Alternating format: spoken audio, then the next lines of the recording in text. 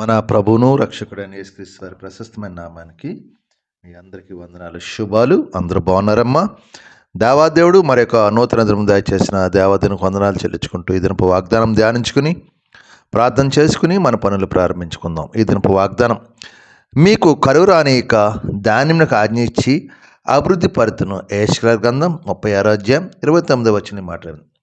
మీకు కరువు రాకుండా ధాన్యమునకు ఆజ్ఞ ఇచ్చి మన అభివృద్ధి పరుస్తా అంటున్నాడు దేవాదేవుడు. మన ఈ లోకంలో కరువు ఉంటుంది, అనేక చోట్ల కరువులతో సమస్యలతో ఉంటున్నాం కదా. దేవుడు ఆజ్ఞిస్తాంట ఆ కరువుని తీసేస్తంట.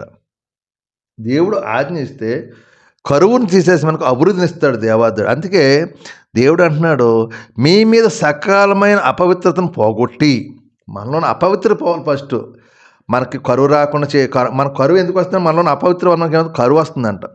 దాన్ని తీసేసి మిమ్మల్ని రక్షించును, మీ కరువు రానిక దానికి ఆజ్ఞ ఇచ్చి అభివృద్ధి పరుచును. అర్థమైందండి? ఎందుకు? ముందులో మనలో ఉన్న అపవిత్ర పాపము, దోషాలు, మనలో ఉన్న కఠినత్వము, మనలో ఉన్న క్షమాగుణం లేకపోవడం వల్ల మనకేమంటున్నాడు దేవుడు?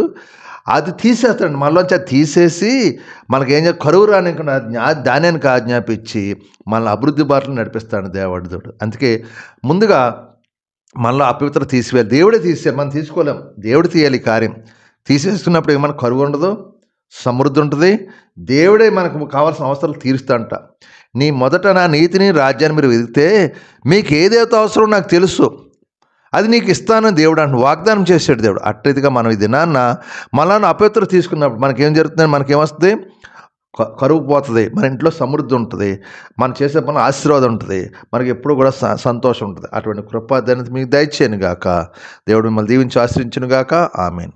ఈ వాగ్దానం ప్రార్థన చేయండి. దేవుడు మిమ్మల్ని దీవించును గాక. ఆమేన్. మీ కొరకు చిన్న ప్రార్థన చేస్తారు. మీరు కూడా నాతో ఏకమైన తలలు వంచండి.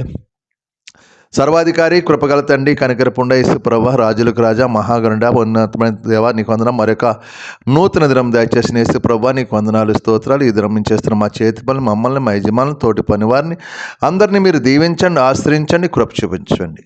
మేము వెళ్ళే ప్రతి పనిలో జయాన్ని, విజయాన్ని దయచండి. అయ్యా నీకు స్తోత్రాలు, వందనాలు. మా పని భారం ఒత్తులు తీసేయండి. మా యజమానులతో పనిలో సమాధానపరచండి. మాకున్న శరీర బలహీన దూరపరచండి. మా కష్టార్జితాన్ని దీవించండి. మా కష్టార్జిత వ్యర్థంగా పోకుండా సహాయం చేయండి. మాకున్న బలహీనతలను దూరపరచండి. హాస్పిటల్ ఐసీయూలను ముట్టండి, స్వస్థపరచండి. కుటుంబ సమస్యలతో బాధపడుతున్న విడుదల తెచ్చండి.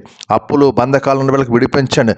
తాగుడు, వ్యసనాలు దూరపరచండి. కుటుంబంలో సంతోషం, సమాధానం, శాంతి, సమృద్ధినిచ్చి ఆర్థిక ఇబ్బందులను దూరపరిచి దినమంత సంతోష సమాధానం, ఎటువంటి కరువు ఉన్నా ఆ కరువు తొలగిపోయి సమాధానపరిచి కృప దయచేయమని యేసు పరిశుద్ధ నామమున అడుగుతున్నాను తండ్రి.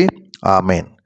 అందరికి వందనాలు. దేవుడు మిమ్మల్ని కుటుంబాన్ని దీవించును గాక. ఆమేన్. అందరికి వందనాలు. దేవుడు మిమ్మల్ని దీవించును గాక.